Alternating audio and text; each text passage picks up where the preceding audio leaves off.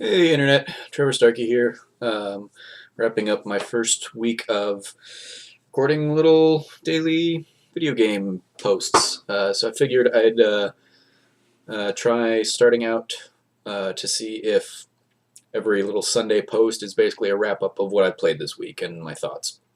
This week, since there isn't any huge new games out that I was playing, I know Dying Light came out a few weeks ago, but that's not really anything I'm feeling like playing right now. I'm not a huge zombie person, so heard great things about it, but not my cup of tea. So I just kind of jumped around, was playing a lot of little things this week, catching up on some old games that I've been meaning to knock out or play, um, and just trying to.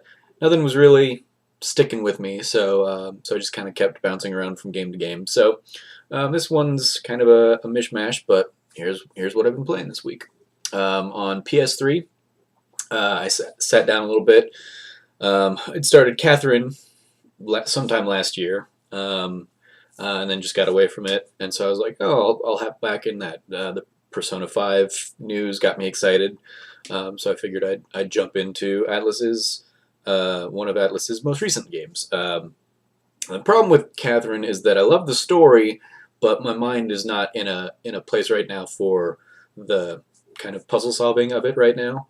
So I was like, well, crap, because I can't enjoy the game if I can't get through the puzzles.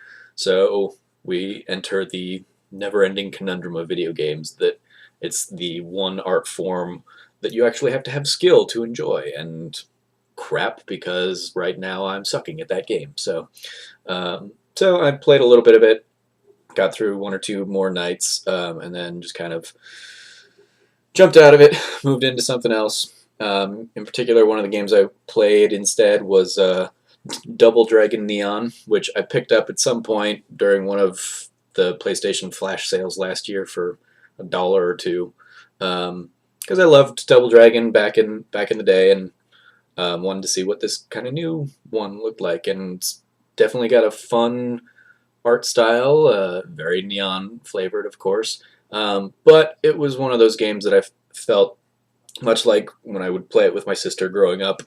This one would probably just be a lot more fun with a player too, and I don't have that at the moment. So I played through a few levels of that, and then kind of moved aside from that. Went through and played a little bit of Borderlands pre-sequel. Played around with the Baroness character. Didn't get too far. It's something I'll probably keep playing on and off until the Handsome Collection comes out, and then I'll grab that and move my characters over to my PS4 and kind of get a little bit further in that. But I'll keep the PS3 version going because that's what my sister has. So if she and I end up wanting to dive in and do some multiplayer, we can do that. Um, Otherwise, so those are the PS3 games I played. I played a little bit on Vita too.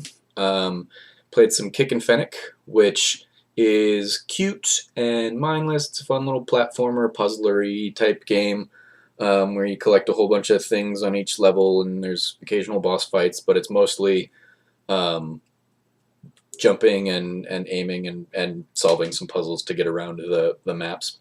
Fun. Probably wouldn't have picked it up, but it's one of the PS Plus games this month, so I figured might as well download it and give it a shot.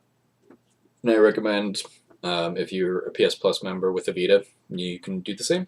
Also, I didn't play it this week, but Rogue Legacy is the other Vita PS Plus game, which is fantastic. I picked that up last year when it came to PlayStation, and I hate roguelike games for the most part, but that one got really rewarding when you could actually start winning and beating things. So that was a fun one.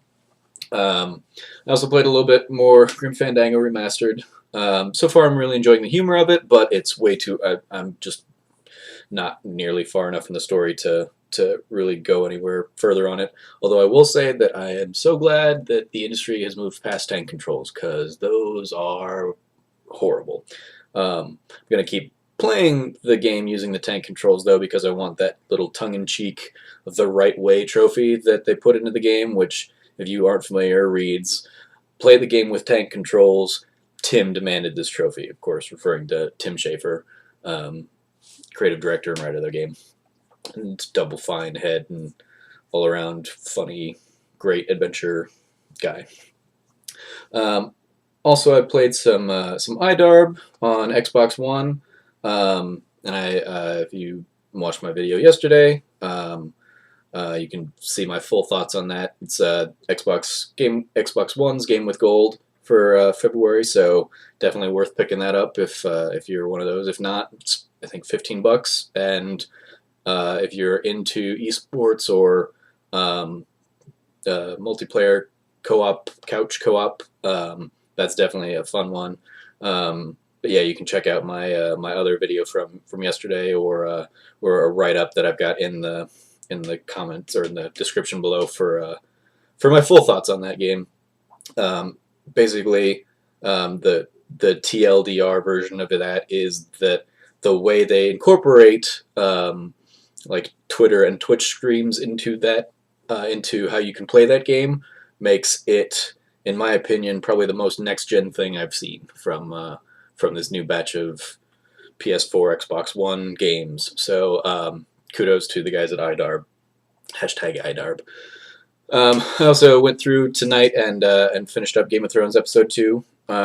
Certainly not as bold as the first episode was, but that's common for episodic content, you know, be it Telltale games or just TV in general. Like you pretty much always want to hit the ground running in that first episode, and then second episode kind of has to cool down a little bit and start setting up pieces for later story elements, and that was definitely what's going on in this in episode 2.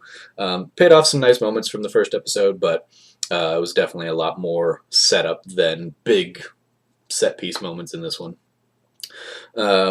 Then last couple games I played were on PS4. I sat down with Apotheon a little bit, another PS Plus game, definitely worth picking up. Alongside the other PS4 game is Transistor, which was easily one of the best games of last year. So definitely pick both of those up if you're a PS Plus member this month. Great art style in Apotheon, where everything's basically as if it were painted on a Grecian urn. Love it.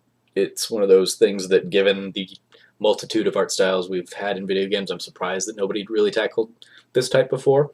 Gameplay wise, so far it seems I'm not too far in probably, but it seems like a cross between your Guacamelee, Metroidvania, side-scroller action fighting types games. Story-wise, you've got very heavy God of War influences, where it's basically one man against the gods, and then you also have a little bit of to me, a Mega Man feel, where you've got multiple objectives that you can play, where you've got to go and collect various things from the different gods, but you can do it kind of in whatever order you want within reason. So you've got like 3 gods at a time that you can go after, and you can really tackle those in any way you want. And you get their powers afterwards, so very Mega Man-y, or, well, it was also in God of War 2, but anyway. And then the last one that I've been playing this evening was Valiant Hearts, The Great War. I kept hoping this would come to the Vita, similar to Child of Light, but and it still might, but I got tired of waiting. So I sat down and was playing this one a little bit. I love that Ubisoft makes these kinds of smaller artistic games in addition to, and typically I like them more than their big annualized blockbusters like your Assassin's Creeds. Great story in Valiant Hearts, and I can't. I'm only a couple chapters into it, but I love the puzzle gameplay in a war game, outweighing any kind of like shooter type of stuff, and it's very very informative and historical. I'm having fun reading all the little footnotes and letters and little real historical information and photos and stuff that they put into the game. So great work to the little Ubi art games on that one. So that's what I've been playing this week. I'll be back tomorrow with more responses to kind of whatever is going on in the day's news of gaming, but until then, you can follow me on Twitter at SnarkyStarky, or watch some of my other videos, whatever you want to do. And until tomorrow, or until next time, in case I don't for some reason get it up tomorrow, keep gaming and be good to each other.